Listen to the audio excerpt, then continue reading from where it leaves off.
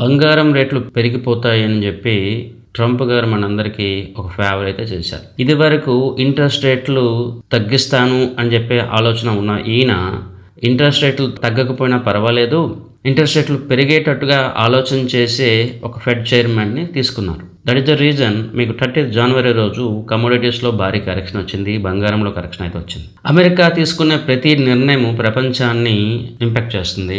America తీసుకునే చాలా policies బంగారం మీద చాలా ఇంపాక్ట్ చూపిస్తాయి. ఎందుకు ఈ మాట మనం అంటామంటే, జనరల్గా ఎవరైతే పెద్ద ఇన్స్టిట్యూషన్స్ ఉంటాయో లేదా కంట్రీస్ చాలా భారీ మొత్తంలో బాండ్స్లో ఇన్వెస్ట్మెంట్ చేస్తాయి. ఎప్పుడైతే లాస్ట్ 1.5 year నుంచి అమెరికా ఇంట్రెస్ట్ రేట్లు తగ్గిస్తూ ఉందో అక్కడ బాండ్స్ బదులు ఆల్టర్నేటివ్ ప్రొడక్ట్స్ ఏమున్నాయో దానికి ఆ మనీ అనేది పంప్ చేయడం లేదంటే డైవర్ట్ చేయడం జరుగుతూ ఉంటుంది. ఈ కారణంగా Trump and present Fed chairman పవల్కి చాలా విషయాల్లో ఆర్గ్యుమెంట్ జరిగింది, చాలా కంట్రవర్సీ కూడా జరిగింది.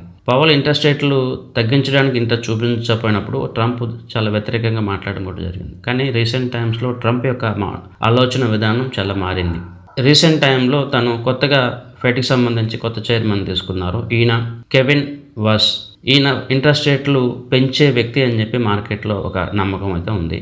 ఈయన ఇంట్రెస్ట్ రేట్లు తగ్గిస్తాడా పెంచుతాడా అనేది ఇప్పుడే మనం చెప్పలేము. కానీ మార్కెట్ మాత్రం ఈయన ఇంట్రెస్ట్ రేట్లు పెంచే పరిశ్రమ లేదా అట్లీస్ట్ ఇంట్రెస్ట్ రేట్లు తగ్గించడు అని చెప్పి ఒక ఆలోచనతో ఉంది.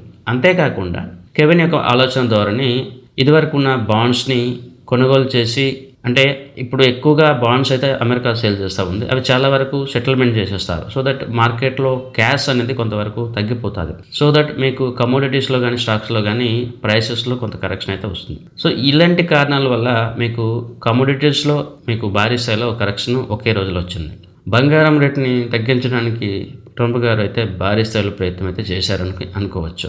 ఏదైతే ఏమైంది, ఒకప్పుడు బంగారం పెరగడానికి ఆయనే కారణమయ్యారు, ఇప్పుడు అదే బంగారం తగ్గడానికి ఆయనే కారణమయ్యారు. Of course America.